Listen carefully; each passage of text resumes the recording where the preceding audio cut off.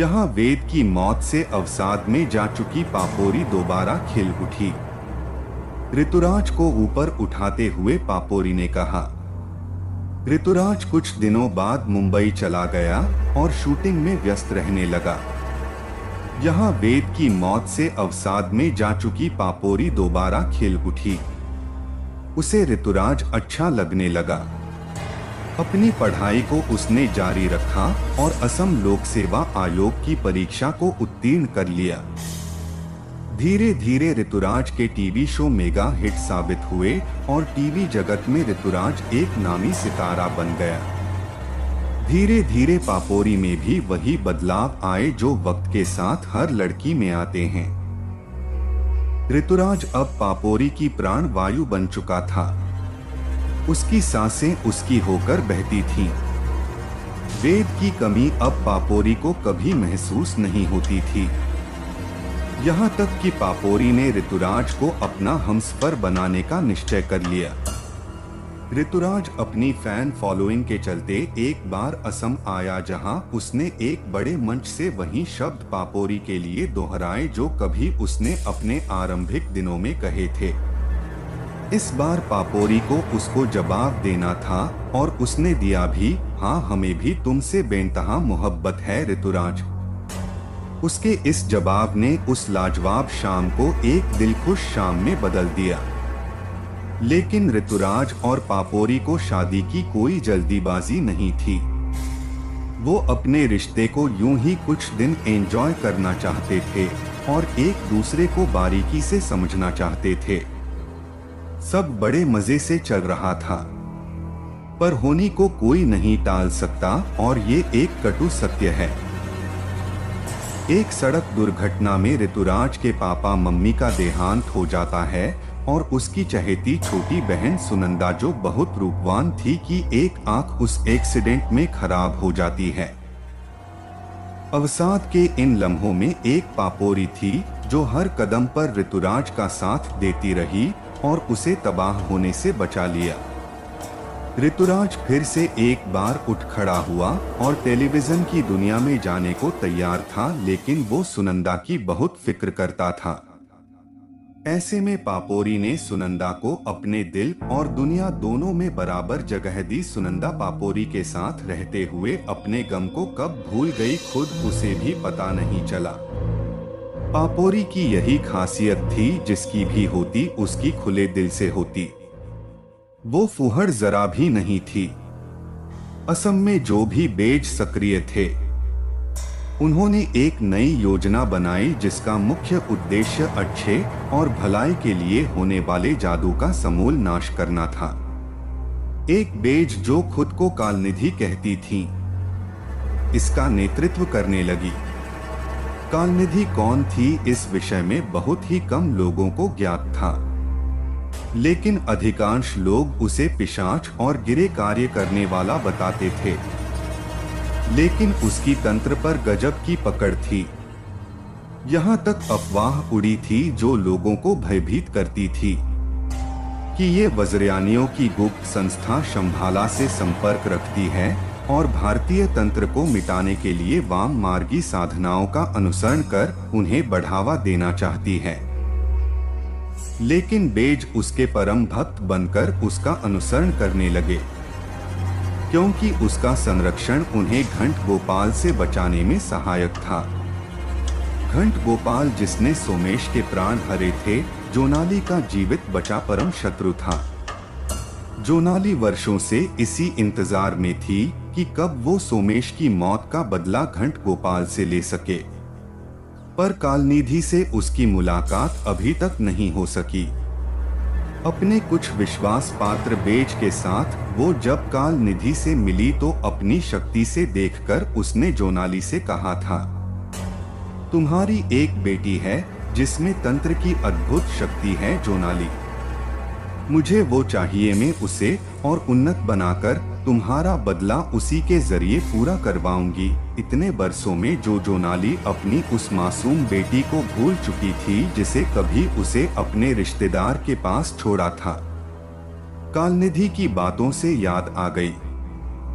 जोनाली कालनिधि की शक्ति को समझ गई, जो तांत्रिक सतह पर उससे कहीं ज्यादा उन्नत थी। जोनाली बरसों बाद दीवान साहब तालुकदार यानी पापोरी के पिता से मिलने पहुंची। जब उसने पापोरी को ले जाने की बात की तो तालुकदार साहब ने उसे वहां से जाने के लिए कहा, लेकिन जोनाली अड़ गई।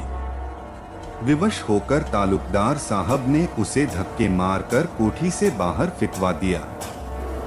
जाते जाते उसने कहा था, खुद को कितना भी महफूज क्यों नहीं कर लो, एक दिन तुम्हारी मौत मेरे हाथों ही होगी। तालुकदार साहब ने उसकी धमकी को नजरअंदाज कर दिया, जिसका उन्हें खामियाजा भुगतना पड़ा। मायों में दीवान साहब की एक बहुत बड़ी हवेली थी। जोनाली चोरी छुपे उसमें फिर से तांत्रिक कर्म करने लगी। इस बार उसके साथ कालनिधि और कुछ कपलिक भी शामिल हो गए। उस प्रेम के मंदिर रूपी घर में एक घिनौना खेल हर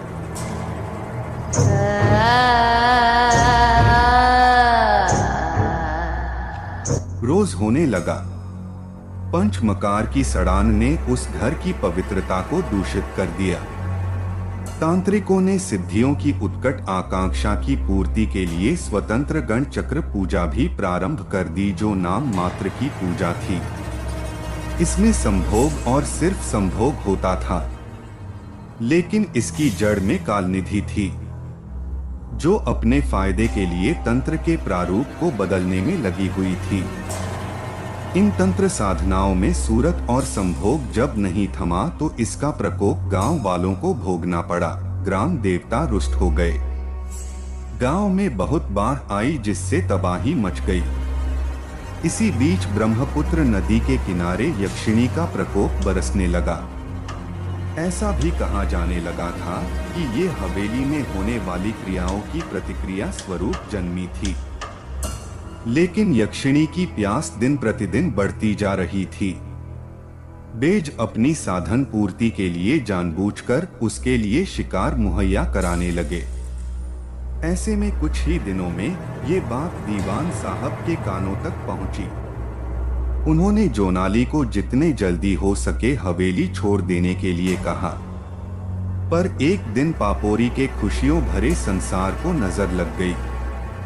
पापोरी के ताऊ और दीवान साहब के बड़े भाई ठाकुर बलदेव प्रताप कुछ जादूगरों को साथ लेकर उस हवेली को कीलित करने गए, पर फिर कभी वापस नहीं लौटे।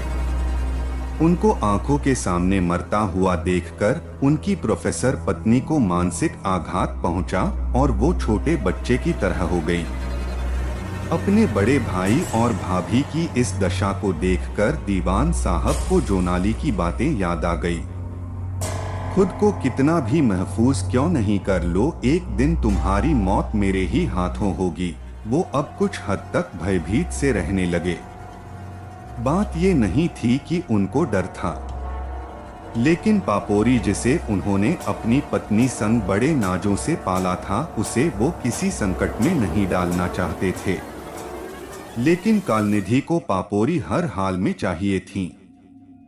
विवश होकर दीवान साहब ने कुछ चुनिंदा अच्छे जादूगरों की मदद ली और उन्हें इस घटनाक्रम से अवगत करवाया।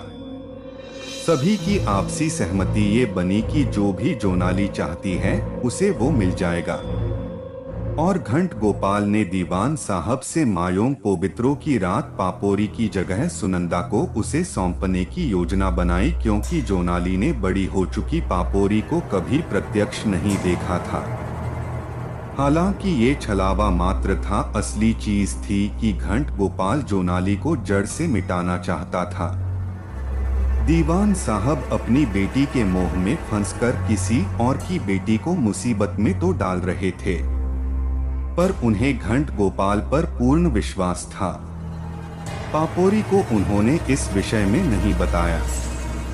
समय बीतता गया और जादूगरों का वार्षिक पर्व, जिसमें अच्छे और बुरे दोनों जादू यानी काले और सफेद जादू के बड़े बड़े धुरंधर पधारे। जैसा तय था, तालुकदार साहब सुनंदा को लड़का दिखाने का बोलकर बातों में फुसलाकर उस समारोह में ले आए। सुनंदा को वहां बहुत अजीब महसूस हो रहा था। जोनाली सुनंदा को पापोरी समझ रही थी और उसे पाकर बहुत खुश हुई। उसने दीवान साहब से कहा, तुम एक अच्छी उम्र जियोगे, मैंने तुमको माफ किया। दीवान साहब अपना काम कर चुके थे। आगे का काम घंट गोपाल को करना था। सुनंदा का पूर्ण श्रृंगार किया गया और उसे अभिषेक के लिए तैयार किया जाने लगा। गणचक्र साधना जिसे कालनिधि ने बेज और उसके मानने वालों पर जबरन थोप दिया था, शुरू हो गई। सभी तांत्रिक खुले प्रांगण में अपनी अपनी महिला सहयोगी के साथ खुशी से नृत्य करने लगे। नृत्य उपरांत उन्होंने सुरा और मांस का जी भर सेवन किया। इसके बाद चक्रों को साथ कर बिना बिंदु गिराए बहुत अधिक समय तक संभोग किया। जिस तांत्रिक का बिंदु स्खलित हो जाता वो वहां से अपनी महिला सहयोगी के साथ उठकर चला जाता था। एक एक करके सभी वहां से जाते गए, पर जोनाली के साथ जो संभोग कर रहा था वो अभी तक स्खलित नहीं हुआ। उसने उसका दीर्घ चुंबन लेते हुए कहा, मैंने सोमेश के अलावा ऐसा बेज आज तक नहीं देखा जिसका बिंदु जोनाली से संसर्ग करने के उपरांत भी स्खलित नहीं हुआ। सच बताओ कौन हो तुम? उसके स्तनों को सहलाते हुए उसने कहा, तुम्हारी मौत। और एक झटके से उसे मौत के घाट उतार दिया। निर्वस्त्र जोनाली वहीं दर्द से तड़पने लगी, लेकिन उसकी मृत्यु तब तक नहीं हो सकती थी जब तक घंट गोपाल का बिंदु स्खलित ना हो। दोनों संभोग करते समय आज्ञा चक्र से जुड़ चुके थे। आज्ञा चक्र पर पहुंचकर पतन नहीं होता। खुद जोनाली भी जानती थी, लेकिन यदि घंट गोपाल बिंदु स्खलित कर देता है तो फिर एक विस्फोट उसे मूल चक्र पर यानी भूलोक पर ले आएगा, जहां उसका भौतिक शरीर मर जाएगा। लेकिन सुनंदा को बचाना भी जरूरी था। घंट गोपाल आगे कुछ करता इसके पहले उसके सहयोगी 100 जादूगरों ने वहां आए सभी काले जादूगरों को मारना शुरू कर दिया।